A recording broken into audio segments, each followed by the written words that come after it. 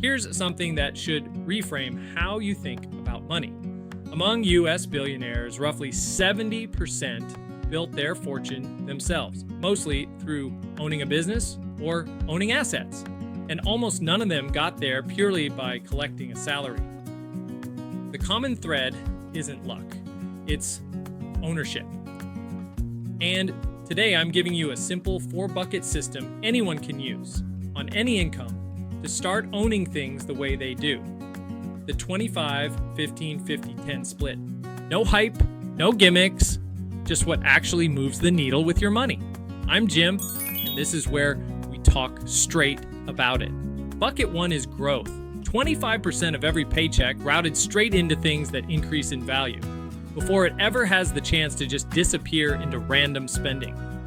This is the money that works for you while you're at your job. Here's how powerful starting early really is.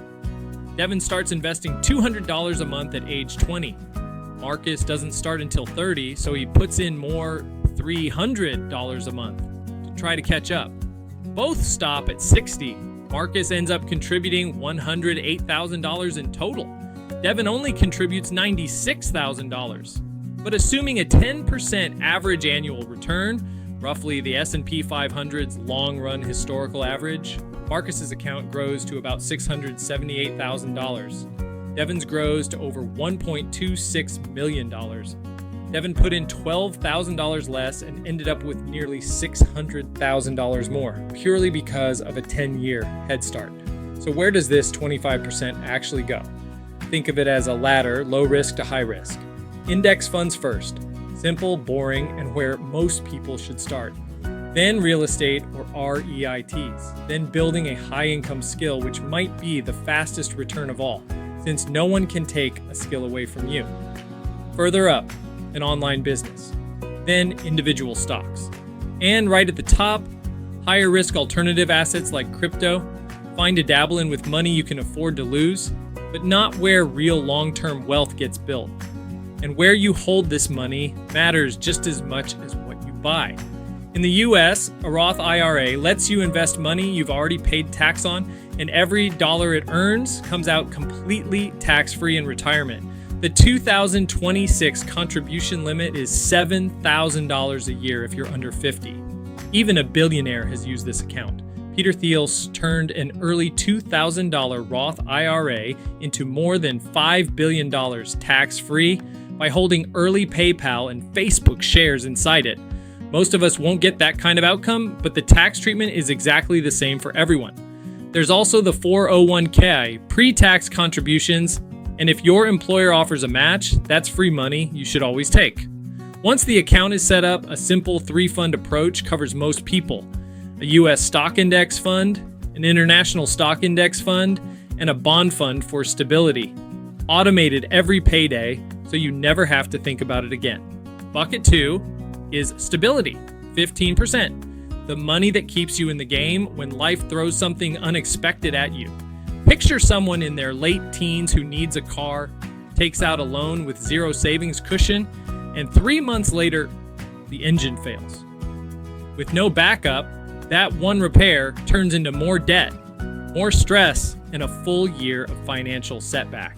The truth is, most people don't actually have a money problem, they have a stability problem. One surprise bill and everything falls apart. And if you're forced to sell investments during a bad market just to cover it, that's an even bigger loss.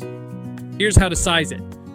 Add up your core monthly expenses, rent, groceries, utilities, transport, essential services, and multiply that by 5 months. If your baseline is $1,500 a month, your target stability fund is $7,500. Where you keep it matters. 3 rules. It has to be accessible within 24 hours, it has to carry zero investment risk, and it still needs to earn something so inflation doesn't quietly eat it. A high-yield savings account around 4 to 5% APY, FDIC insured does the job, and you can build it faster than you'd think by stacking a few tactics. An automatic transfer the moment your paycheck lands, a personal rule to immediately replace anything you dip into, and small automated boosters like Roundup savings tools or cashback rewards funneled straight into the fund. Bucket 3 is essentials, the biggest slice at 50%, capped there on purpose.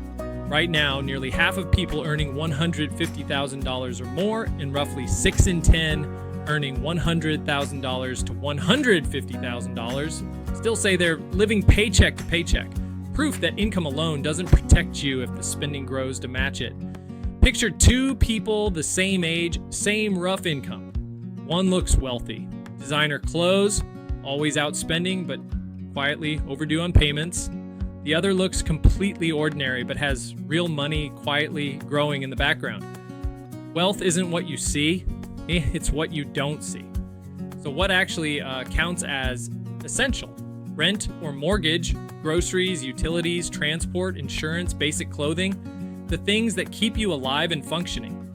Not the forgotten subscription, the all unused gym membership, or the takeout you order out of habit.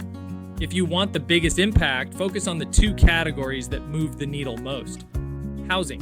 Always try to renegotiate at lease renewal, or consider house hacking to cut it further. And transportation, where a reliable used car beats a new lease every time, since payments on a depreciating asset are one of the fastest ways to quietly drain wealth. And for everything else, run a simple 4-question filter before you buy. Is this an impulse? If yes, wait 7 days. Still want it? Ask whether you're paying for the brand or the actual value. And finally, will this genuinely improve your life? If the honest answer is no, it's probably just boredom or a dopamine hit talking, not you. Bucket 4 is rewards. 10%, and it's just as intentional as the other three. About 3 in 4 Americans admit to an overspending problem, even though the vast majority say they're actively trying to rein it in, which shows that pure discipline without any release valve tends to snap eventually. This 10% isn't an excuse. It's a strategy, the same way a planned cheat meal makes an otherwise strict diet sustainable. Some categories are worth more than others here. Vacations, because you're buying memories and genuine stress relief. Hobbies, because they keep you passionate outside of work. Nights out, social experiences, because relationships matter for your long-term well-being too. And gifts for people you care about, which are about connection, not the price tag. The system that makes this guilt-free, a separate account auto-funded with that 10% every payday. If you hit 0, you wait until next month. You don't top it up from the other 3 buckets. And if you're just getting started and that 10% is still small, prioritize experiences over physical things every time. They're what you'll actually remember. 25% growing your future, 15% protecting your present, 50% covering what actually matters, and 10% keeping you sane along the way. None of this requires a huge income to start. It just requires the split. Which bucket do you think is most out of balance in your life right now? Tell me in the comments. And if this helped, there's a lot more where it came from. That's the straight talk for today. If it landed, subscribe. There's a new one waiting every week.